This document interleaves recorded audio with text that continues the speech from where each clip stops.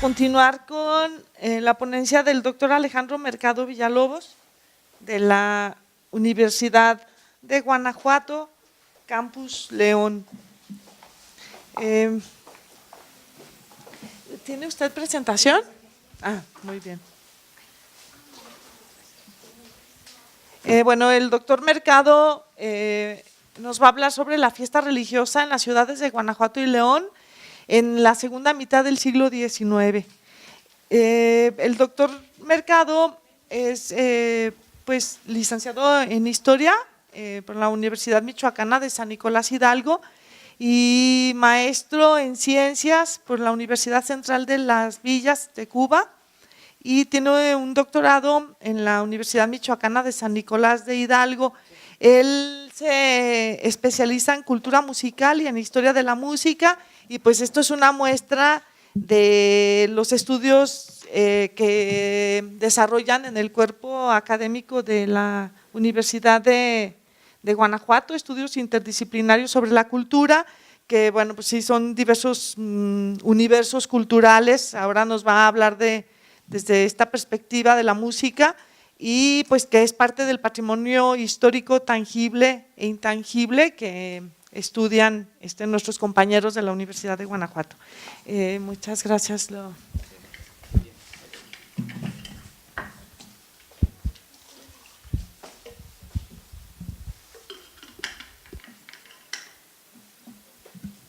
Muy bien, muchas gracias. Buenos días. Voy a presentar lo que he preparado en este seminario de mitos y representaciones. Yo les voy a hablar de fiesta, advertirles que el eje de examen es la música. Tengo cerca de 14 años estudiando esos temas de música, músicos, músicas, pero a partir de la música he intentado estudiar la vida cotidiana, es decir, la música en función no de un estudio etnomusicólogo o desde la musicología. Yo no soy musicólogo, soy historiador, pero me ha interesado estudiar la música para entender la vida cotidiana de las sociedades. Esa es la función. Y abordar la fiesta religiosa en el siglo XIX, en específico en la segunda mitad, me lleva a advertirles también que voy a reflexionar con ustedes acerca de la fiesta religiosa no al interior del recinto, sino afuera, porque precisamente una de las características más importantes de la fiesta en torno a los santos, las vírgenes y todo el calendario festivo religioso, los cambios más importantes en el siglo XIX se dio en los atrios, en los jardines, en los portales, en los paseos, hasta en zonas arboladas y hasta en presas, cuerpos de agua. Entonces ese es el interés de reflexionar un poco acerca del tipo de la fiesta religiosa y las características de esta fiesta para el caso del siglo XIX. Van a encontrar, por supuesto, sobre todo los alumnos van a encontrar muchas afinidades de la fiesta realizada en aquellos ayeres con el tipo de fiesta que hoy mismo se lleva a cabo, es decir, de manera general, pero también específica. Bien, partir primero señalando que, bueno, el siglo XIX es muy importante en términos de fiesta y música. Ya les advertí que el eje es la música, porque llegaron formas musicales europeas en esta época, en el siglo XIX. Llegaron la música de concierto, que si bien ya está presente en finales de la segunda mitad del siglo XVIII, las formas eran consideradas profanas, y en el XIX explotan y se instala la ópera, se instalan las oberturas, las fantasías, etcétera, etcétera. También hay un arribo de instrumentos musicales, y esto lleva a la formación de grupos musicales muy concretos, como las bandas de viento o las orquestas, como las conocemos hoy en día. Y hay un elemento importante en el siglo XIX, hay una apropiación de espacios. De esto ha trabajado con profundidad la doctora Carlota Meneses. Hay una apropiación de los espacios en la fiesta en siglo XIX, y eso también es un elemento muy importante. Los espacios se resignifican, hay una resignificación de los espacios, y hay también la apropiación y la construcción y apropiación de nuevos espacios. Y bueno, como la música es el eje de la fiesta, siempre existe música en las fiestas. Si alguien sabe de alguna fiesta donde no haya música, pues entonces avísenos para no ir. Yo soy músico, además de historiador, y en mi vida de músico asistí a una fiesta donde no hubo alcohol, porque era una boda y no recuerdo de qué religión, pero no era católica.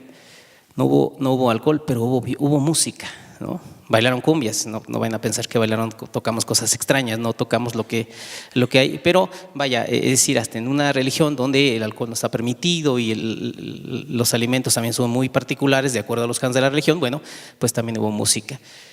Y bien, yo me integré a la Universidad de Guanajuato hace ya 3 años y medio y me di cuenta, hablando del estado de la cuestión, eso es todo lo que hay sobre música y fiesta en Guanajuato, no hay más.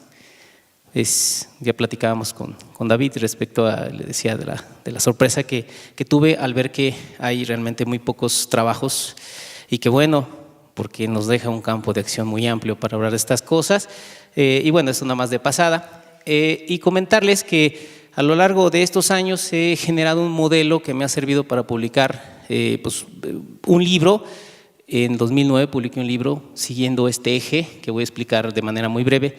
Es el eje de estudio de la música que me ha permitido examinar la vida cotidiana, y recientemente, bueno, en este año está por publicarse un libro que se llama Música y Fiesta en Guanajuato, y este eje este modelo tiene 3 ejes. El primero, la intención es establecer cuál es la función de la música dependiendo de la sociedad. En el segundo, pues la educación musical, de donde se estudian los músicos, y en el tercero, yo distingo para el caso del México del siglo XIX dos polos de festejo, a partir de los cuales se desarrolla todas las formas festivas, la fiesta religiosa y la fiesta cívica.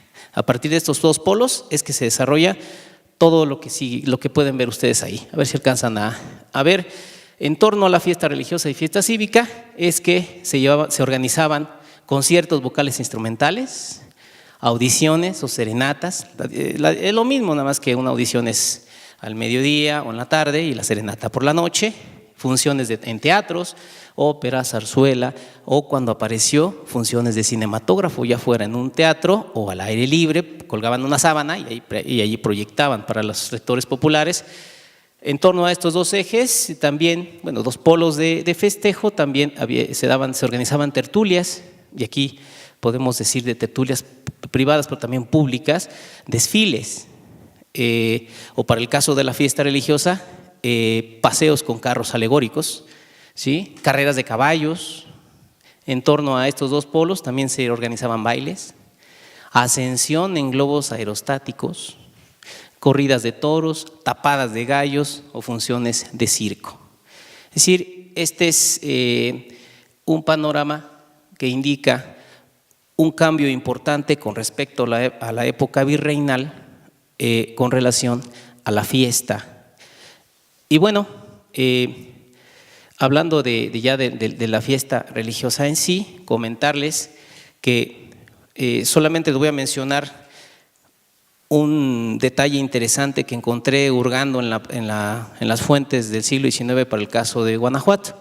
Encontré que había una música permitida al interior del recinto, y esta música permitida era exclusivamente aquella que tendría que ver con Palestrina. Palestrina es un músico muy importante en el desarrollo de la música occidental, es el músico polifónico por excelencia del Renacimiento italiano, y encontré que la música que se podía permitir en los templos, en los recintos religiosos de Guanajuato, debía ser la de Palestrina, y debía ejecutarse el canto llano, o sea, la voz humana como instrumento y el órgano. Pues hay una imagen de un piano, porque le voy a poner ese tache, porque también se decía que el piano no era propio para el interior del recinto religioso, el piano era profano. Y entonces, con esto se deduce que la música que era permitida al interior del recinto religioso en ocasión del festejo era aquella música apacible, aquella música que permitía la reflexión en torno al vínculo con las divinidades. ¿Cuál era la música que no se permitía? La que se podía bailar. Entonces los valses, las óperas, todo lo demás, las canciones, las polcas, que viene una se bailaba mucho polka en México, es una derivación de la polka francesa, entonces esa no se permitía al interior de los templos. Y hasta ahí lo que es el interior, no voy a abordar más. Sí existían actos litúrgicos en ocasión de festejo religioso en cualquier fecha del calendario, que es muy amplio. Sí existían eventos donde se ponía una orquesta con otros instrumentos, pero básicamente eran instrumentos de alientos, pero alientos maderas, no alientos metales. Los metales eran estridentes, se consideraban estridentes y eran para la parte exterior. Entonces al interior se podía ejecutar con instrumentos de alientos maderas o cuerdas básicamente, no de percusión. Y bien, en esa gráfica, en esa diapositiva está el tema de que la fiesta salió del templo hacia los atrios, hacia las plazas y los jardines, paseos públicos e incluso a zonas arboladas. Y entonces, para ser concretos con este asunto y no darle tantas vueltas, porque si me pongo a revisar con ustedes la fiesta religiosa no termino, porque hay un calendario amplísimo que inicia en enero y termina en diciembre con las fiestas de la Virgen de Guadalupe. Voy a tomar un ejemplo que apareció en este periódico llamado Cosmopolita, periódico leonés del 21 de enero de 1896, apareció el programa de las fiestas en honor a San Sebastián, que es el patrono de León. Ustedes saben que hoy mismo se lleva a cabo una feria que es nacional y se presenta como internacional, y van millones de personas, y su origen es en la fiesta en honor a San Sebastián. Es decir, aquí se parte de la idea de que la fiesta religiosa trascendió la liturgia y se tomó como una fiesta civil y se transformó para ser parte del festejo colectivo, iba a decir profano, pero a lo mejor me meto en problemas, pero la sociedad se apropió del festejo, pero lo hizo propio. Hay muchas críticas en torno en esta fiesta de León. He encontrado una buena cantidad de críticas en torno a la fiesta afuera, críticas que vienen de estos sectores muy conservadores, en periódicos como El Pueblo Católico, donde hablan que en ocasión de la fiesta de León llegaban vagos, llegaban vagabundos, llegaban mujeres de la vida galante, así, no prostitutas, pero pues es lo mismo. Llegaban jugadores que solamente venían a obtener dinero, la ciudad se llenaba de basura, y de ruido, alcohol y todas esas bellezas que nos atraen a las fiestas.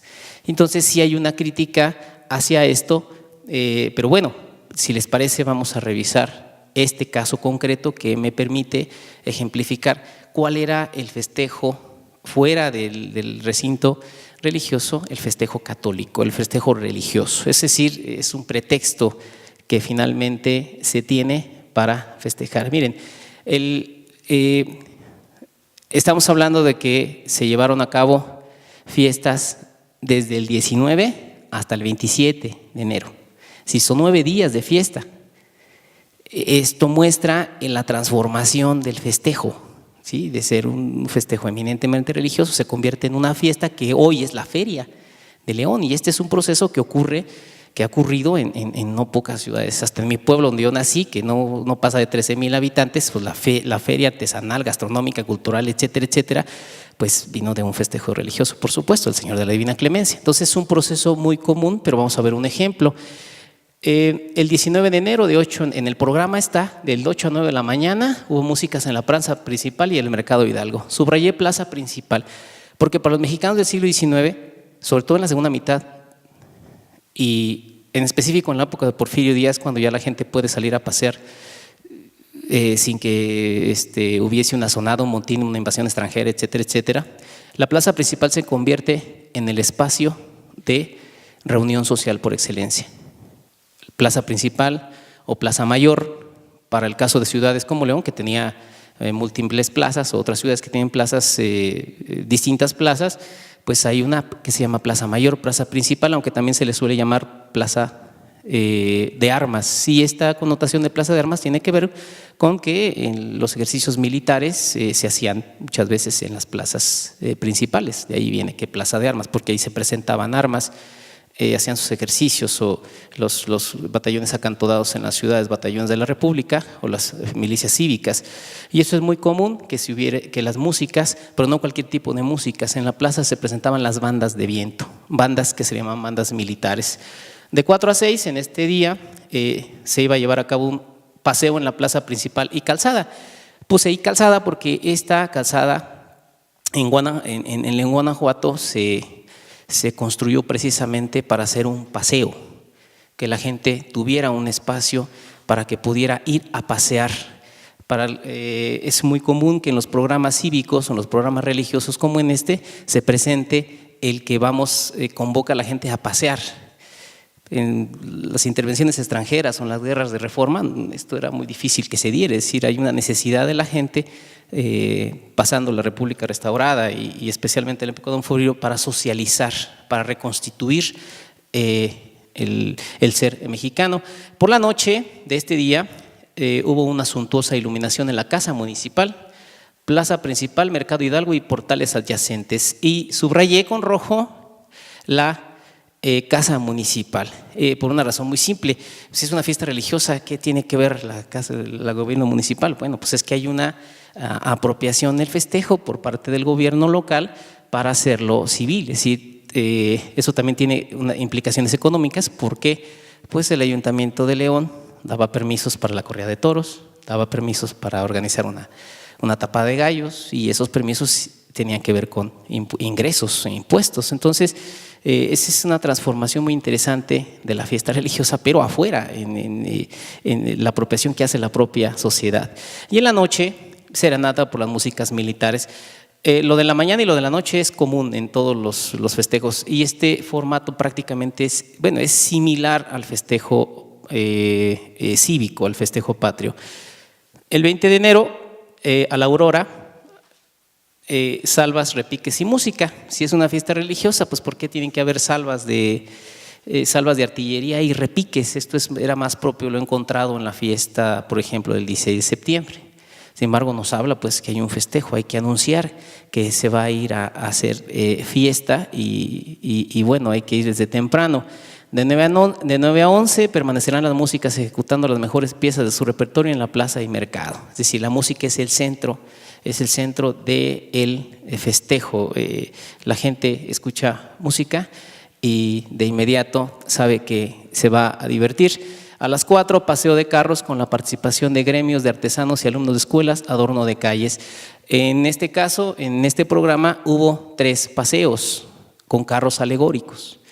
Y el objetivo de esto yo lo veo desde el sentido de que hay una necesidad en el siglo XIX de reconstituir la sociedad, una sociedad rota por tantos problemas políticos, problemas económicos, invasiones extranjeras. Entonces hay que reconstituir la sociedad, y la reconstitución de la sociedad se plantea desde las élites políticas y académicas, intelectuales. Entonces todo esto forma parte de ese proceso de reconstitución de la sociedad. Y bueno, en la noche música en la plaza principal, ¿no? Por cierto, si bien los sectores sociales son evidentes en cuanto a la distancia económica, pero al momento de una serenata, ahí en los programas viene muy claro en los periódicos quién asistían a los eventos, y pues podría estar el gobernador, pero también estaban los campesinos. Claro, las distinciones económicas eran evidentes, pero a final de cuentas toda la sociedad podía asistir a un evento si se era en la plaza principal.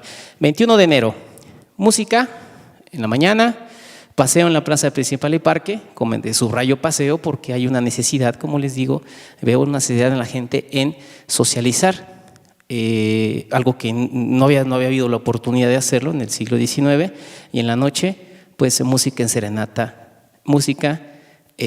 en la plaza principal y el mercado Hidalgo. 22 de enero, el programa es similar, pero ahí subrayé de 8 a 11, suntuosa iluminación en el Paseo de la Calzada, donde tendrán lugar unos vistosos fuegos artificiales. Este tipo de eventos religiosos son aprovechados también por las autoridades para a veces inaugurar algún evento, alguna mejora en un edificio público o para anunciar un programa de gobierno específico. Es decir, las autoridades empiezan a utilizar este tipo de eventos también para mostrar su labor de gobierno, aunque es más evidente en la fiesta cívica que en la fiesta religiosa, pero existe también estos elementos. El 23, ojo, 8 a 9 de la mañana, paseo en Plaza y Mercado y se elevarán vistosos globos aerostáticos. Ahí en los estudiantes en León les digo que este asunto de la Feria del Globo pues no es tan novedoso, ¿no? En 1843 ya hay registros de ascensión de globos aerostáticos en León. Incluso en México de ese entonces tenía en uno de los aeronautas más importantes, Benito León Acosta, que en 1843 ya iba a un lugar que se llama Plaza de Gallos y era todo un espectáculo para la sociedad ir y ver cómo se inflaba un globo. Sobre todo porque en el México de aquella época se pretendía ingresarlo a la modernidad y poder volar, aunque sea en un globo, significaba que ya se estaba en la modernidad. Hay hasta cosas chuscas aquí. A don Benito León Acosta usualmente ascendía en globo en León y luego lo esperaban en Guanajuato, en San Miguel de Allende, y en una ocasión unos vientos fuertes lo fueron a aventar al cerro y por fuerte lo encontraron con un pie fracturado, pero vivo, ¿no? Pero era todo un espectáculo. Segundo paseo de carros y en la noche serenata. Entonces, actividades que podríamos decirse propias solamente de la sociedad civil, bueno, están inmersas en el festejo religioso. Ahí, pues en la mañana música y por la noche serenatas. Por eso serenatas de costumbre, ya está en el programa, ya no dicen va a estar fulano, es serenata de costumbre, pero eso, corrida de toros. Por la tarde va a haber una corrida de toros organizada, ojo, por distinguidos jóvenes aficionados de esta sociedad. Yo tengo un trabajo sobre la música y músicos en Morelia, en la época de Porfirio Díaz, y estudié este caso durante varios años en Morelia. Cuando llegué a Guanajuato y vi las corridas de toros, me sorprendió. Encontré una tradición sumamente arraigada, un lenguaje taurino que no había encontrado en otros lugares, en la Ciudad de México, un lenguaje taurino especializado. Encontré diversas ganaderías, más de 10 ganaderías dedicadas a la crianza de toros bravos. Ando siguiendo la pista, parece que había Sangre Miura, que hoy es uno de los más famosos toros en España, pues, la Sangre Miura, y les tienen miedo los toreros porque son muy bravos. Había toreros aficionados, pero también había toreros que vivían para eso, para torear. Y también plazas de toros, la de Gavir en la ciudad de Guanajuato y la Plaza de Gallos en León. Entonces es muy destacable este asunto, al igual que en otras partes del país. En la década de los 80 se prohibieron las corridas de toros en Guanajuato, pero luego la propia sociedad las organizaba afuera, lejos de las ciudades, y finalmente se siguieron permitiendo. Pero es muy destacable este asunto de las corridas de toros y el arraigo tan importante en Guanajuato de estos festejos. Incluso en algún periódico decía, estamos de plácemes, habrá corrida de toros. En 1825, el Ayuntamiento de León expedió permisos por una docena de corridas de toros. 1825, es decir, la sociedad apenas, el país empieza y se hacen corridas de toros. Bien, casi termino. El 25 de enero, a las 4 de la tarde se iban a verificar en la calzada unas elegantes carreras en traje de hockey o jockey, organizadas por la Junta, que al efecto se nombre, y las músicas se situarán en dicho paseo hasta las 6. Subrayé eso en rojo porque pues hay un proyecto cultural desde las élites políticas y las élites intelectuales. Y entonces el ir a hacer unas elegantes carreras en la calzada, en un lugar público, era que la sociedad burguesa se iba a mostrar al resto. Y la música tenía origen en la necesidad de que fuera el populacho, para que viera cuál era la posición de unos y de otros. Pero lo interesante es que en todo esto hay un proyecto de las élites que yo he podido distinguir muy bien a partir del estudio, por ejemplo, de la ópera, de las funciones de ópera. Y finalmente el 26, bueno, básicamente lo mismo. En la mañana música, paseo en la calzada de 6, bueno, a las 6 ahí se colocó la secretaria, y en la noche suntuosa iluminación en la casa municipal, plaza principal, mercado y portales adyacentes, verificándose las serenatas de costumbre, teniendo lugar unos vistosos fuegos artificiales. Y el 27, lo mismo, pero con esa nota al final que está en el periódico donde viene esta información: corridas de toros, carreras de caballos, gran tapada de gallos y toda clase de juegos permitidos por la ley. Y este es el festejo religioso en su transformación hacia el siglo XIX, y es algo muy similar a lo que he encontrado en otras partes del país, al menos donde he podido leer o investigar un poco. Es todo. Gracias. Bueno, pues pasamos a la sesión de preguntas y comentarios. Yo tengo varias, dos de tres comentarios.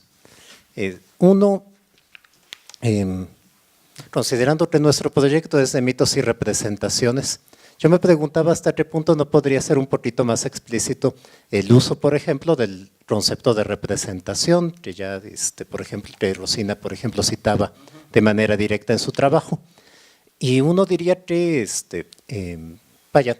hay como un intento de reconstruir la realidad de la fiesta del Porfiriato, pero cabría hacer más explícitamente un análisis de las representaciones que están inmersas en esa fiesta, que además han sido muy evidentes de todas maneras, es decir, hay una constante representación de lo moderno, según entiendo. Es muy bonito, desde luego, el inicio, el tema de la música dentro de los recintos religiosos. Yo estaba acordándome de un ejemplo que no puedo dejar de citar de mi siempre estimada Villa de Orizaba, alguna familia de buena posición, pero desde luego devota, herencia del antiguo régimen de Orizaba, tenía una hija a la cual explícitamente en un testamento su madre encargó a su tutor que le prohibiera absolutamente visitar la casa de cierta otra familia de la misma posición, pero que ya tenía piano, y ya tenían maestro de piano, justo porque en efecto era símbolo de lo moderno. Cierto de lo profano, pero además es el instrumento de esos liberales anticlericales y cosas peores de la época. Desde luego, yo creo que además valdría la pena no dar por sentada la separación, es decir, entre lo religioso y lo secular. Es cierto, muchas de estas actividades nos suenan seculares, pero es un poco porque hoy en día ya tenemos interiorizada la separación. Muchas de ellas eran perfectamente parte del programa religioso desde tiempos casi inmemoriales. La corrida de toros, fue cierto, es muy propia de fiestas reales y en ese sentido seculares, pero también era parte no necesariamente ajena a lo religioso. Es porque hoy lo vemos como algo secular, que nos parece que están retomando cosas seculares, pero pues en la lógica todavía no se implantaba la separación. Bueno, estaba en construcción al menos. Y en ese mismo sentido, a propósito de iluminaciones, paseos, bueno, el paseo sí es, por ejemplo, práctica moderna, mucho más que tradicional. Perdón, se me acaba de ir la idea, pero básicamente eso. Bueno, estaba pensando que, gracias por el comentario, voy a trabajar en el texto algunas cosas que ya escuché de lo que comentabas. Estaba pensando que, bueno, hoy en día el gobierno mexicano tiene el Programa Especial de Cultura y Arte, que ahí está por escrito cuál es la visión en la cultura, qué México que se quiere construir, bueno, en el papel, ¿no? Ya en la práctica es otra cosa. Pero yo puedo decir que también se tenía un proyecto en aquel entonces, no lo tenían escrito, no era un plan de gobierno, no había una secretaría, no había secretarías, pero existía un proyecto de las élites y yo lo puedo ver desde la música. Ellos tenían y aquí entra la parte de la representación, cómo quiere vernos, al menos utilizando la literatura y la música se pretendía construir la civilización. Yo he encontrado referencias en el sentido de qué México queremos construir, cómo queremos que nos vean desde afuera. Cuando vino la primera delegación británica a México, lo recibieron con un concierto de ópera. los primeros británicos que vinieron a ver qué necesitan, pues dinero, ¿no? Pero lo recibieron con una función de ópera porque pretendían mostrar un México civilizado. Y hay referencias, hay tengo un trabajo publicado sobre un periódico musical editado en Morelia en 1892, donde en el periódico, los que editan el periódico, que son parte de las élites todos, ¿no? Las élites culturales y políticas, dicen que el mexicano se va a civilizar a partir de la ópera. Es decir, hay una forma de imitar. Samuel Ramos dice que esta imitación llevó a el sentimiento de inferioridad, ¿no? Definitivamente no, es una posición. Entonces, los mexicanos, desde las élites, impulsan estas formas de divertirse, tratando de resignificar lo que significaría ser mexicano, qué somos, cómo queremos construirnos. La literatura es una de las partes que se utiliza para ello y la música es otra parte. La diferencia que hubo en la época colonial con la conquista al siglo XIX es que en la época de la conquista fue una imposición. Impusieron todo y acá las élites decidieron qué imitar y que adoptar. Fue una imposición en los sectores populares, por supuesto, pero a final de cuentas ellos tuvieron esta necesidad. Entonces, pues sí,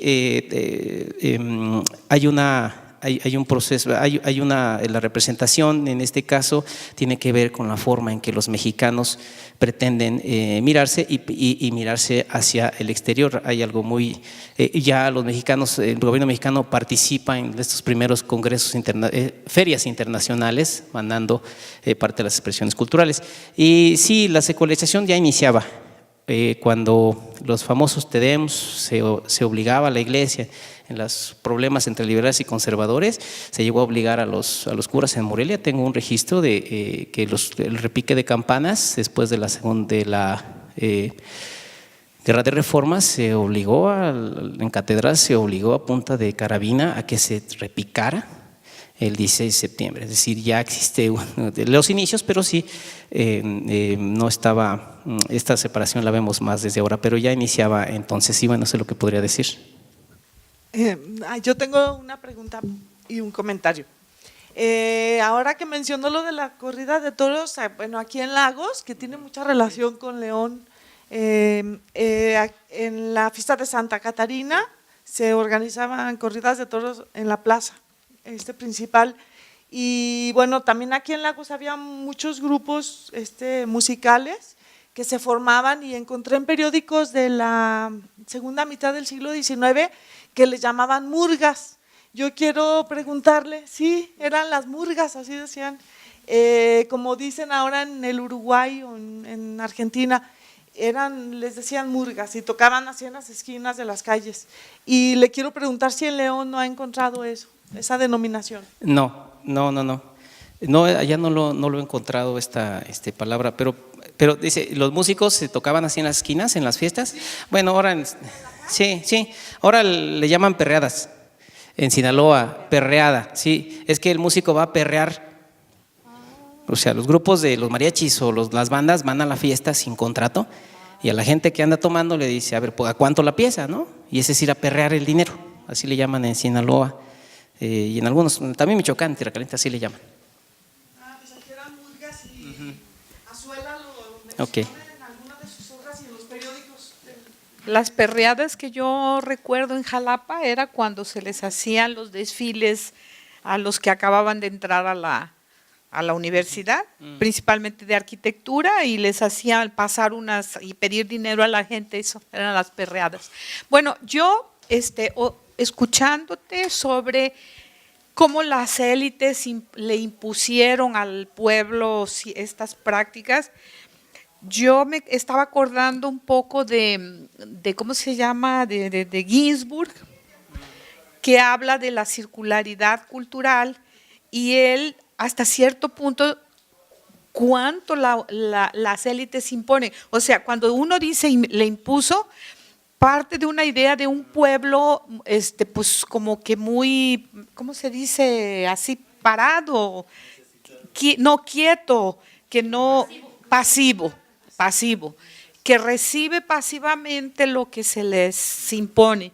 Entonces, pues sería cuestión también como que vamos a ver hasta qué punto esa pasividad, ¿no? Antes de usar, bueno, antes de considerar que hubo una imposición. Eso es, esa es nada más una, desconozco a fondo tu tema, entonces tú serás la persona más indicada para…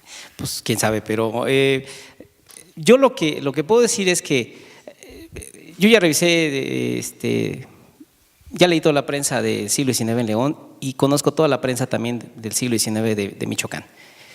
Y todos los programas, pero todos, tienen música europea. O sea, no todos los programas de fiesta cívica, fiesta religiosa, los programas vienen música europea, hasta las tertulias que se publican por aquello de soy la burguesía y muestro mi posición al resto, todas son música europea, pero tiene una razón de ser. La prensa en México del siglo XIX la editan las élites. Y podemos encontrar alguna crítica a otras formas de música, pero todo lo que yo veo es música europea. Hay compositores mexicanos, como en León, cuando el obispo le festejaron en 1895 su onomástico, un compositor local le hizo una misa. Es decir, hay compositores mexicanos, pero hacen obras europeas, de corte europeo, oberturas, valses, etcétera, etcétera. Hay otro México musical, pero es muy difícil. Ahorita ando en eso, ahorita estoy hurgando porque quiero construir ese otro México musical, es decir, los libros que se han escrito sobre música, como el de Vicente Mendoza, que es muy, muy famoso, habla de guapangos, habla de sones, habla de un montón de cosas, pero es muy difícil verlo porque en el siglo XIX las fuentes las producen las élites. La vida cultural está en los periódicos, Morelos conoce muy bien los periódicos guanajuatenses, y estos son las élites las que producen, son periódicos oficiales, semioficiales o independientes, pero son las élites políticas las que presentan esta parte que hay un límite que ya no podemos ver. Ando burgando porque quiero ver el México, pues ese sector pasivo, y ando yendo a los archivos judiciales. Supuestamente pasivo. Que exactamente, sí, sí, sí. No sabemos, porque como dices, las noticias las reproducen. Sí. ¿No? O sea, sí. hay un intento de imponer al pueblo ese tipo de programas, Sí. ¿no? No sabemos entonces cuán exitoso fue ese intento, si realmente, porque no sabemos cómo fue la reacción del pueblo, Sí. del público. A Sí. ver, aquí nosotros traemos una UIF, ¿no? Okay. Es parte de nuestro programa, ¿sí? Sin embargo, poquísimas personas, ¿sí? Sí. El programa lo imponemos nosotros. Así ahí, lo hacemos, intentamos que tenga aceptación y sin embargo no lo logramos totalmente. Claro. Así me imagino que era allá con estos programas, ¿no? ¿Quién sabe? Les voy a comentar algo que encontré, una crítica del periodista más afamado de Michoacán, Mariano Jesús Torres, el llamado polígrafo, que escribía y se encargó de una buena cantidad de periódicos. Y en una de sus publicaciones se quejaba de que en una sociedad tan educada, tan civilizada como Morelia, las funciones de ópera en el Teatro Campo, dice que muchas veces los palcos estaban vacíos, o los lugares más caros estaban vacíos, pero la gallola siempre estaba llena. Y es que en esa gallola siempre van campesinos e hijos de obreros. Es decir, hay visos para mostrar que quizás, a lo mejor por curiosidad, pero la gente asistía a mirar esta música, porque no había otra posibilidad. Es decir, ahorita le puedo cambiar al canal de un programa de la OFUNAM, o puedo poner La Rosa de Guadalupe, pero en esa parte todos los programas que he visto que se presentaban en los espacios públicos era música europea. La sociedad no tenía, aunque hay cancioneros, sí, también había cancioneros con su vihuela cantando en las cantinas o en las pulquerías, pero bueno, ya en el siglo XX hubo otra cosa y ahorita pues la música clásica se consume el 3%, consumen música clásica, y el 2% la ópera de todos los mexicanos, y el 60 y tantos la banda, norteño, y de esta música comercial popular. Pero sí tenemos cifras, pero vaya, el tema es interesante y voy a ver si en un año les presento, a ver si encuentro, todavía estoy en ciernes, en ver si encuentro a partir de los archivos judiciales ese otro México. Es decir, ¿por qué en los archivos judiciales? Porque cuando había fiestas hay alcohol, hay peleas, pleitos, sí. hay heridos o muertos, y entonces ahí están, a ver qué Sí, A ver qué encuentro y ya veremos después. Buena idea, muy buena. Los archivos judiciales son Pues tal vez también en novelas o en algunas obras literarias Sí. puedes encontrar algo. Sí, yo he estado revisando, este año he estado leyendo la historiografía sobre la música, desde del primer libro, 1917, de Alberto Rey Ogazón, el de Otto Mayer Serra, de 1848, y ellos pues nacieron en la época porfiriana, se conocen, pero refieren a esta música, o sea, no le entran a los sectores populares porque ellos… Exactamente, entonces también es medio complicado porque la propia gente que escribe pertenece a las élites y difícilmente voltea para abajo, pero va a ver qué sale. Sí. Bueno, pues voy a entregarle su reconocimiento al doctor